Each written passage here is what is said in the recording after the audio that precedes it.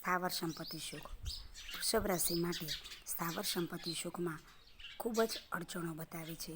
નવા મકાન કે વાહન લેવા હશે તો પ્રશ્નો ખૂબ જ ગૂંચવાયેલા રહેશે. તેમજ વાહનને લગતું નુકસાન થાય, સ્થાવર સંપત્તિના પ્રશ્નો ગૂંચવાયેલા જ રહેશે. તેને લગતા નાણાકીય પ્રશ્નો પણ ખૂબ જ ગૂંચવાયેલા રહેશે.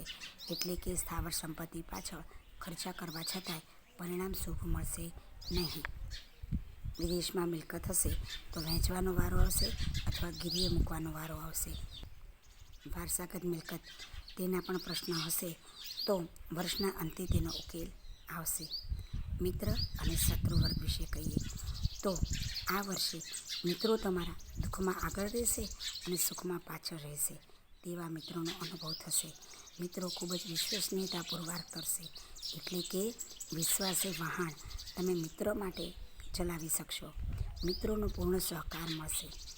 મિત્રો તમને આર્થિક તેમજ અન્ય રીતે પણ સહકાર લાયક રહેશે. શત્રુઓ વિશે કહું તો શત્રુઓથી માઠા પરિણામ મળે એવું છે. છુપા શત્રુઓને તમારે ઓળખવા જ મુશ્કેલ પડશે. તેમજ કોર્ટ કચેરી થઈ શકે એમ છે. તેમજ તમે જો સરકારી કાયદાનો કોઈ ભંગ કરશો તો મોટી સજા એટલે કે જેલવાસ પણ થઈ શકે એમ છે. એટલે કે શત્રુઓ તમારા માથે ભારે પુરવાર થઈ શકે તેમ છે.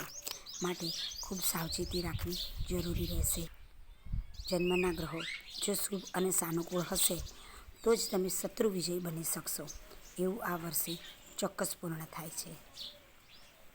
અભ્યાસ વિશે વાત કરીએ તો અભ્યાસ માટે વિદ્યાર્થી વર્ગને આ વર્ષની શરૂઆતથી જ ખૂબ મહેનત માંગી લે છે.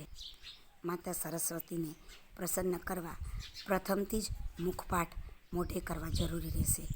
ઉચ્ચ અભ્યાસ કરનારા માટે પાસ થવું જ ફાંફા પડે તેવું છે.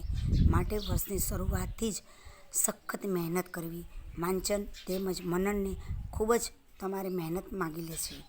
અભ્યાસ કરવો એનાથી તમારા માટે થોડીક સરળતા બનશે.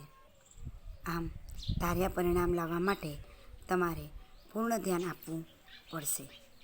મિત્રો આ વર્ષે લાભ પાંચમથી જ તમને લાભ આપવાની તો શરૂઆત થઈ જ જશે. પરંતુ પરિવારમાં તમને એવું લાગશે કે જાણે તમારી પરીક્ષા થતી હોય. સ્વતંત્રતા છતાંય તમને શાંતિનો અનુભવ તો ઈશ્વરના શરણમાં જ મળશે તેવું લાગે. કોઈ પણ ક્ષેત્રમાં તમને લાભ કરતા વર્ષ રહેશે.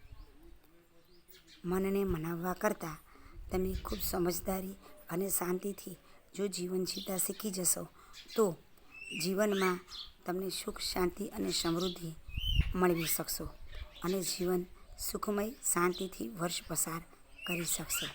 જય શ્રી કૃષ્ણ.